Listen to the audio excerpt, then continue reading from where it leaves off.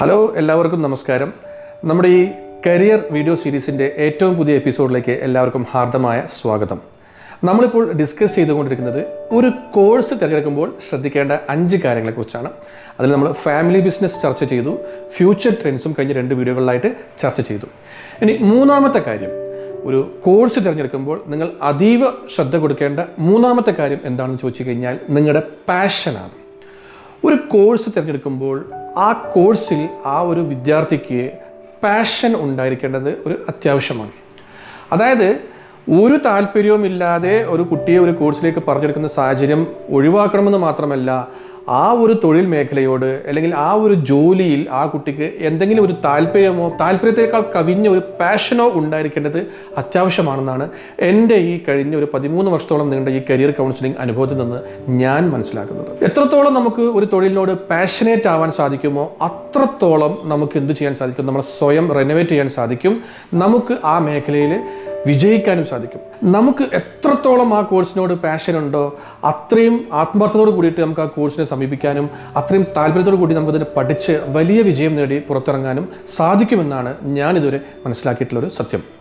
ഒരു ചെറിയ ഉദാഹരണം പറഞ്ഞുതരാം. ഇപ്പോൾ നിങ്ങൾ ഈ ചിത്രത്തിൽ കാണുന്നത് ആരെയാണ്? PV സിന്ധു എന്ന് പറയുന്ന ഇൻ്റർനാഷണൽ ബാഡ്മിൻ്റൺ ചാമ്പ്യനെയാണ് നിങ്ങൾ ഇവിടെ ചിത്രത്തിൽ കണ്ടുകൊണ്ടിരിക്കുന്നത്, അല്ലേ? എല്ലാവർക്കും പരിചയമുണ്ടല്ലോ, TV യിലും പത്രങ്ങളിലൊക്കെ കണ്ട് പരിചയമുള്ള ഒരു മുഖമായിരിക്കും. ഈ PV സിന്ധു എന്ന് പറയുന്ന ഈ പെൺകുട്ടി ബാഡ്മിൻ്റണിലെ വേൾഡ് ചാമ്പ്യനാണ്. അങ്ങനെ അവർ ബാഡ്മിൻ്റൻ്റെ വേൾഡ് ചാമ്പ്യൻ ആകുന്ന സമയത്ത് അവരുടെ പ്രായം എത്രയായിരുന്നു നിങ്ങൾക്ക് പറയാൻ പറ്റുമോ? 21 വയസ്സായിരുന്നു.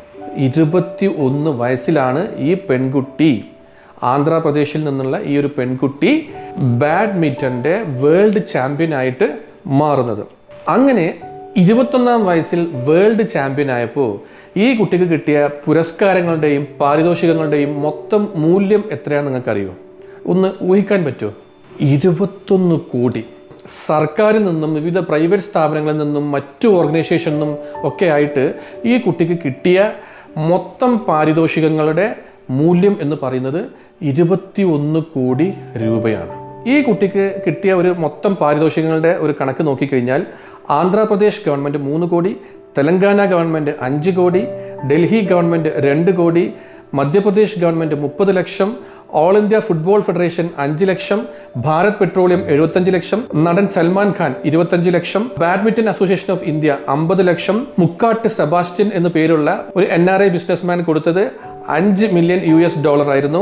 അതുപോലെ ഒളിമ്പിക് അസോസിയേഷൻ ഓഫ് ഇന്ത്യ 30 ലക്ഷം, ഹരിയാന ഗവൺമെൻറ് 50 ലക്ഷം, റെയിൽവേ മിനിസ്ട്രി 50 ലക്ഷം, ആന്ധ്രാപ്രദേശ് ആൻഡ് തെലങ്കാന ഗവൺമെൻറ് വകയായിട്ട് ഏതാണ്ട് 2000 സ്ക്വയർ ഫീറ്റ് പുരയിടം, തെലങ്കാന ഗവൺമെൻറ്റെയും ആന്ധ്രാപ്രദേശ് ഗവൺമെൻറ്റെയും വകയായിട്ട് ഗ്രേഡ് 1 തസ്തികയിലെ സർക്കാർ ജോലി.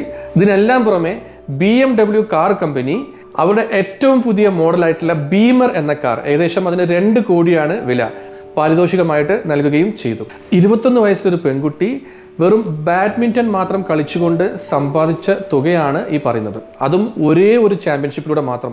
അതിനുശേഷം അവർക്ക് കിട്ടിയ പല മാച്ചുകളിൽ നിന്നും മറ്റു കാര്യങ്ങൾ കിട്ടിയ പാരിതോഷികങ്ങളുടെ കണക്കെടുത്തു കഴിഞ്ഞാൽ നമുക്കതൊന്നും ഇവിടെ പറഞ്ഞാൽ തീരില്ല, അത്രയും വരും. അപ്പോൾ എന്തുകൊണ്ടാണ് PV സിന്ധുവിന് തൻ്റെ 21-ാമത്തെ വയസ്സിൽ ഇത്രയും വലിയൊരു അച്ചീവ്മെൻറ്റ് ഉണ്ടാക്കാൻ സാധിച്ചതും ഇത്രയും വലിയ തുക സമ്മാനമായിട്ട് നേടാൻ സാധിക്കുകയും ചെയ്തത്? കാരണം അവർക്ക് ആ ഒരു ബാഡ്മിൻ്റൺ എന്ന് പറയുന്ന ആ ഒരു കളിയിൽ അത്രയും പാഷനേറ്റ് ആയിരുന്നു. മുൻകാല ബാഡ്മിൻ്റൺ നാഷണൽ ചാമ്പ്യനൊക്കെ ആയിരുന്ന പുല്ലേല ഗോപിചന്ദ് അഥവാ P ഗോപിചന്ദ് എന്ന് പറയുന്ന ഗുരുവിൻ്റെ ശിക്ഷണത്തിലാണ് PV സിന്ധു ഈ ബാഡ്മിൻ്റൺ പ്രാക്ടീസ് ചെയ്തുകൊണ്ടിരുന്നത്. വർഷങ്ങളോളം മൊബൈൽ ഫോൺ പോലും ഉപയോഗിക്കാണ്ട് അവളുടെ പ്രായമുള്ള മറ്റു പെൺകുട്ടികൾ അനുഭവിക്കുന്ന യാതൊരു രീതിയിലുള്ള പ്രിവിലേജുകളും അനുഭവിക്കാതെ വളരെ കൺഫൈൻഡ് ആയിട്ടുള്ള സാഹചര്യത്തിൽ മാച്ച് പ്രാക്ടീസ് എന്നുള്ള സാഹചര്യങ്ങൾ മാത്രം വെച്ചുകൊണ്ടാണ് ഗോപിചന്ദ് ഈ പെൺകുട്ടിയെ പരിശീലിപ്പിക്കുന്നത്. ഈ ബാഡ്മിൻ്റനോട് അദമ്യമായൊരു താല്പര്യവും പാഷനും ഉള്ളതുകൊണ്ട് ആ കുട്ടി ഇതെല്ലാം സഹിച്ചുകൊണ്ട് ആ ഒരു കടുത്ത ശിക്ഷണത്തിൽ നിന്നുകൊണ്ട് ഇതെല്ലാം പഠിച്ചെടുക്കുകയും നല്ലൊരു പ്ലെയറായിട്ട് മാറുകയും അവൾ ആ മേഖലയിൽ വേൾഡ് ചാമ്പ്യനായിട്ട് മാറുകയും ചെയ്തു.